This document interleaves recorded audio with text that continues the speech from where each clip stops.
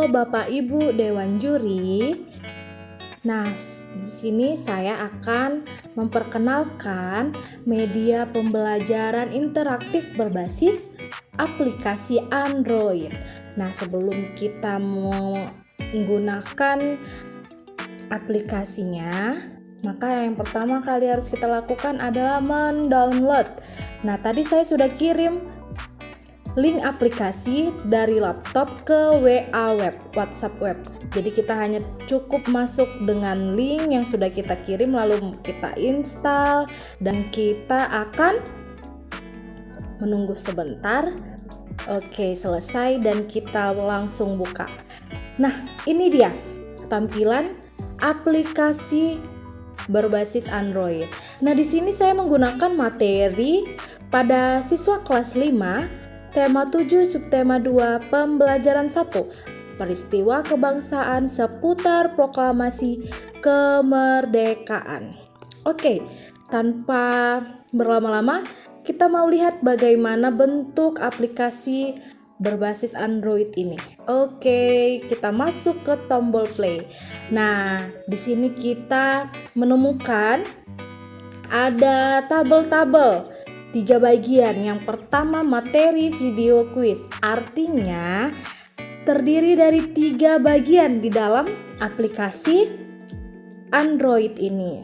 Nah, kita melakukan langkah yang pertama, yaitu masuk ke materi.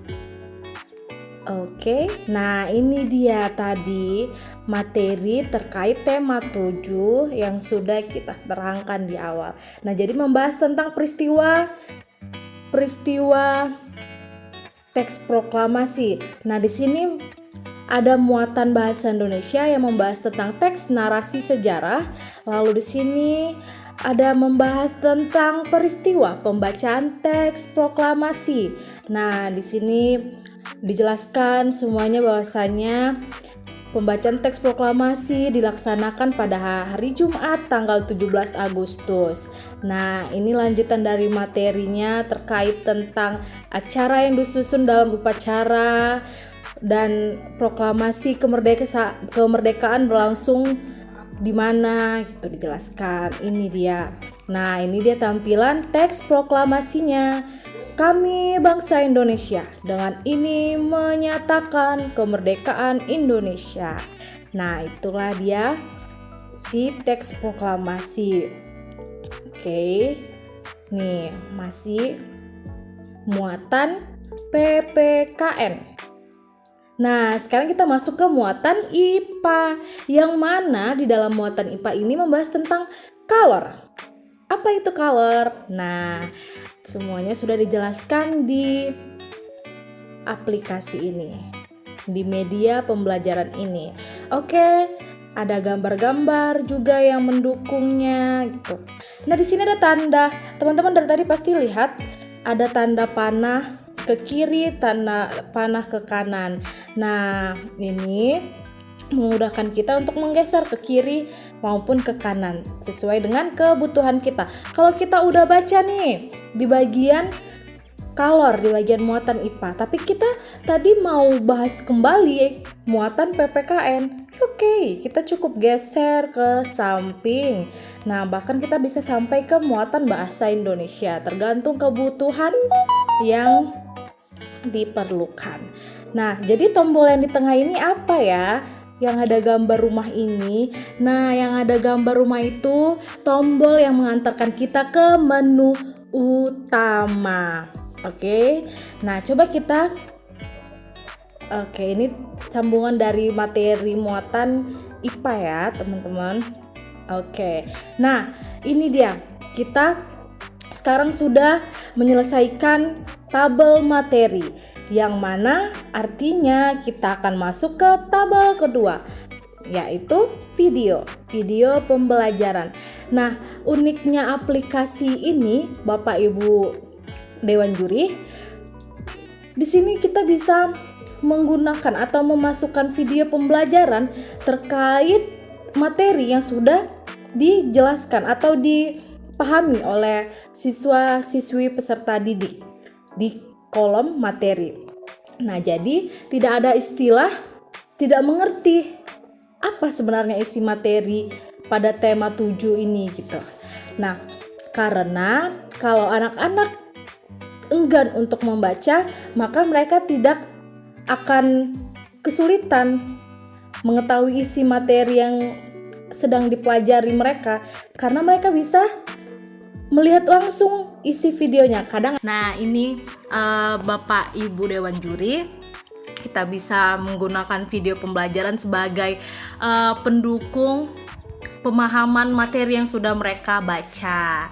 Jadi ini dia Rumusan naskah sedikit proklamasi. videonya. Kita akan menyaksikan cerita perjuangan pahlawan-pahlawan kita dalam merumuskan naskah proklamasi kemerdekaan. Indonesia sebelum menjadi negara yang keren dan merdeka seperti sekarang, sejak abad ke-17 Indonesia didatangi bangsa asing yang ingin menguasai. Kami VOC dari Belanda berikan tanah Indonesia beserta kekayaannya. Kami tentara dari negara Jepang. Kalian harus tunduk dan kerja paksa dan membantu kami dalam perang Asia Timur Raya. Nah, ini kita bisa percepat saja videonya. Oke.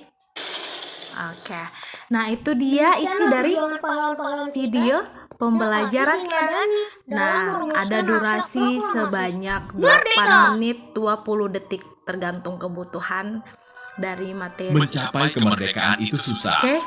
Penuh Ketika kita sudah selesai menonton atau menyaksikan dengan seksama isi dari video pembelajaran, maka langkah selanjutnya kita kembali ke menu utama. Ini dia, ada gambar rumah. Nah, kita masuk. Oke. Nah, artinya kita sudah sampai di tahap akhir, tahap kuis. Uniknya itu, yang paling kerennya itu, kita bisa sekalian mendapatkan kuisnya. Nah, dari pemahaman-pemahaman yang sudah diberikan di awal, kita bisa melihat apakah siswa benar-benar memahami ataukah mereka sudah benar-benar mengerti tentang isi materi dan video yang sudah mereka tonton dan lihat dengan seksama. Nah, untuk itu guru dapat menguji kuis ini ketika siswa masuk. Oke, kita masuk ke kuis. Nah, di sini kita sudah mendapat arahan. Jadi siswa-siswa hanya perlu membaca dan melihat arahannya. Oke, kita di sini diarahkan untuk mengisi nama lengkap. Nah, di sini saya menggunakan nama lengkap saya pribadi ya. Nanti Bapak Ibu gurunya bisa menggunakannya dengan nama siswa. Oke, dan selanjutnya kita masuk ke nomor absen. Ini saya asal-asalan aja ya nomor absennya. Oke, dan sekarang kita checklist. Nah, di sini ada petunjuk kuis. Siswa disuruh membaca dengan cermat soal-soal yang disediakan. Soal terdiri dari pilihan ganda. Jumlah soal terdiri dari 5 soal dengan masing-masing soal memiliki 20 poin. Nah, untuk dinyatakan lulus harus memiliki presentasi 80%. Oke. Nah, sekarang kita masuk ke pertanyaannya. Nah, di sini kita ada waktu 5 menit untuk menjawab 5 pertanyaan. Nah, jadi ini tergantung dari Bapak Ibu gurunya di kelas.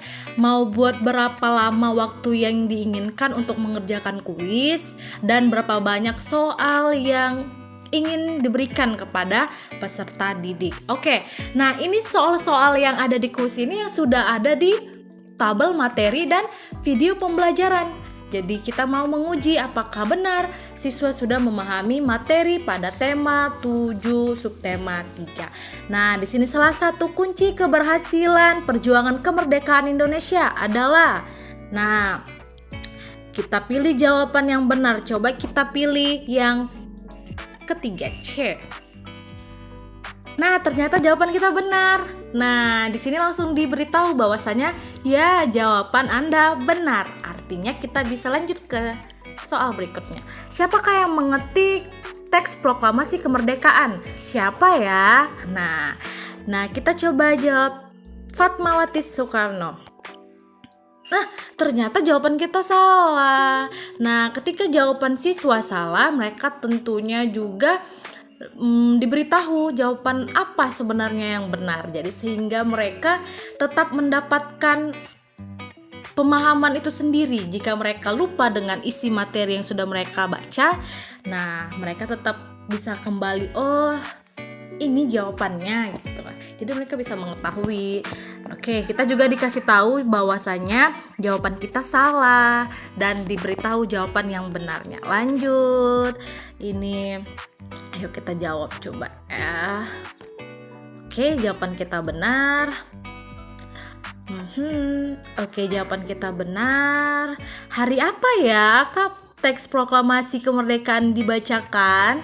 Ayo, tadi udah ada loh. Nah, kita jawab ini. Jawaban kita benar. Nah, kita sedang menunggu hasil kuis kita. Nah, ternyata kita lulus kuis karena skor kita melewati batas passing score, yaitu 80%, dan kita mendapatkan skor 83%. Nah, kita mau lihat nih review kuis. Apa-apa aja tadi jawaban yang sudah kita pilih dari setiap pertanyaan. Oke, ini dia.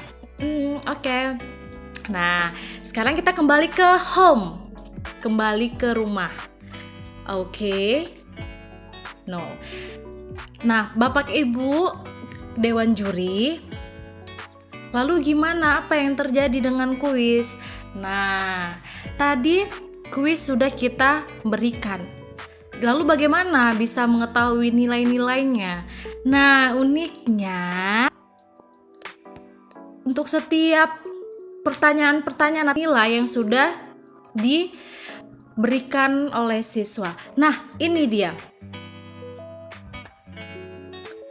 Oke, kita bisa lihat. Nah, di sini bisa ketahuan nih siapa yang mengerjakan dan siapa yang nilainya lulus dengan skor berapa. Nah, di sini langsung ketahuan ya Bapak Ibu Dewan Juri, karena itu langsung masuk ke email Bapak Ibu gurunya yang sudah ditautkan melalui pada saat pembuatan aplikasi nih. Nah, jadi media pembelajaran ini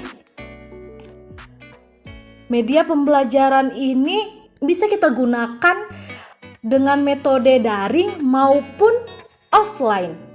Kenapa saya katakan begitu?